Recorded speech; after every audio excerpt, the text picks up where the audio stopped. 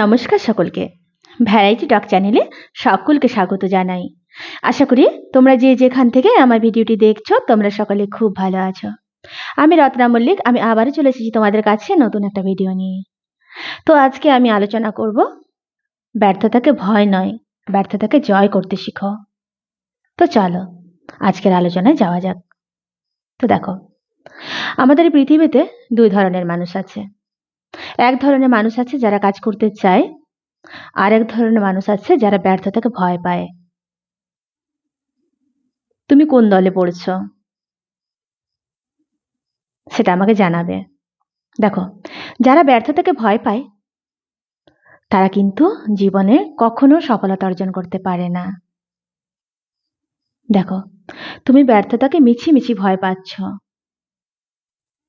তুমি এমন কোনো মানুষ দেখাতে পারবে 100 বছরের মধ্যে যে কিনা ব্যর্থ না হয়ে সফলতা অর্জন করেছে?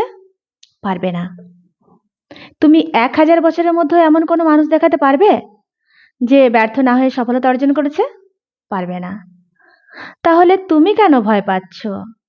তুমি কেন কোনো চান্স নিচ্ছ না, কোনো সুযোগ নিচ্ছ না? তুমি সুযোগ পেয়েছো, সেই সুযোগটাকে তুমি সদ্ব্যবহার করতে পারছো না কেন? না, আমি পারবো না, আমি ব্যর্থ হয়ে যাব, এটা আমার দ্বারাই হবে না।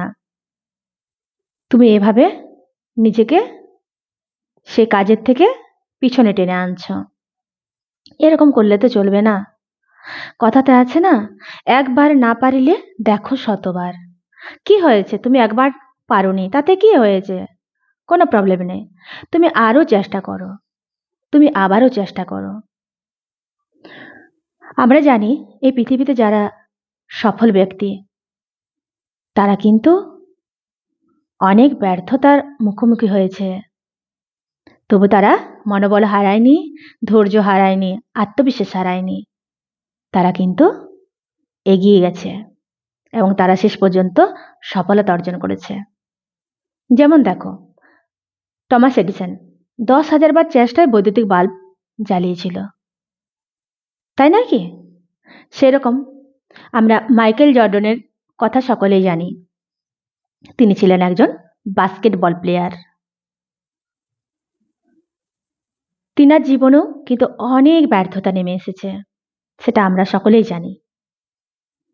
যেমন তিনি এক সাক্ষাৎকারে জানিয়েছিলেন যে তিনি যখন স্কুলে পড়তেন তখন তিনি বাস্কেটবল প্লেয়ারে একবার নাম লিখিয়েছিলেন, তিনি আর তার বন্ধু।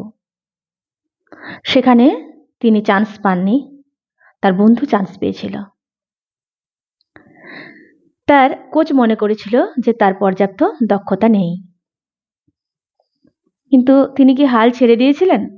দেয়নি। তিনি বরঞ্চ ওই ব্যর্থতাকে সাথে নিয়ে কিন্তু আবারও এগিয়ে গেছে। তিনি বলেছেন, আমি 900টিরও বেশি শট মিস করেছি, 300টিরও বেশি ম্যাচে আমি হেরেছি, তাও কিন্তু আমি থেমে থাকিনি।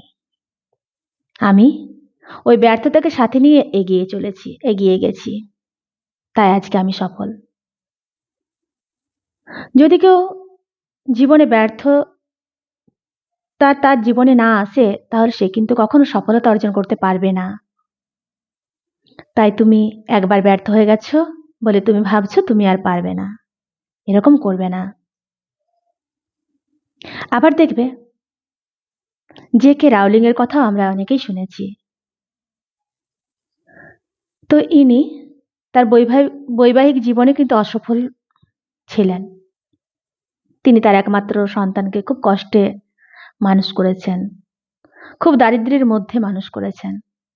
তিনি একসময় ডিপ্রেশনে চলে গেছিলেন। তারপর তিনি তার বিখ্যাত বই হ্যারি পটার লিখে ফেলেন। তো সেই হ্যারি পটার পাণ্ডুলিপিটি লেখার পেছনে অনেক বড় ইতিহাস রয়েছে। এই বইটি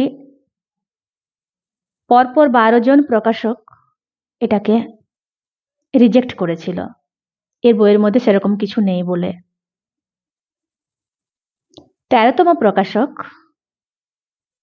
এই হ্যারি পটার বইটি প্রকাশ করেছিলেন। এবং এটি মিলিয়ন কপি পাবলিশড হয়েছিল চতুর্দিকে এবং একটা সারা দেশে একটা আলোড়ন সৃষ্টি করেছিল তার এই বই। তাহলে দেখো, জেকে রাউলিং কি ভেঙে পড়েছিল তার বই যখন বারবার রিজেক্ট হয়েছিল? ভেঙে পড়েনি। কেননা সে তার মনোবল কিন্তু হারায়নি, তার আত্মবিশ্বাস সে বজায় রেখেছিল। আমরা কিন্তু একটুতেই ভেঙে পড়ি, একটুতেই হতাশ হয়ে পড়ি, সেটা কিন্তু তারা করেনি। তাই জেকে রাউলিং আজকে তিনি ধনী প্রভাবশালী লেখকদের একজন। তাহলে দেখো, আমি এই সফল ব্যক্তিদের গল্প এজন্যই বলি, কেননা এখান থেকে কিন্তু আমরা অনেক অনুপ্রেরণামূলক গল্প পাই। তাই আমি তোমাদেরকে বিভিন্ন আমার ভিডিওতে কিন্তু সফল মানুষদের গল্প বলে থাকি, যাতে তোমরা একটু শক্তি সঞ্চয় করতে পারো, তোমরা হতাশ যাতে না হও। তাই জীবনে যতবারই ব্যর্থতা আসুক, কখনো ভেঙে পড়বে না। সেই ব্যর্থতাকে চলার একটা শক্তি হিসাবে নিয়ে এগিয়ে যাও, দেখবে জীবনে তুমি সফলতা পাবেই। তাই ব্যর্থতাকে ভয় নয়, ব্যর্থতাকে জয় করতে শিখো।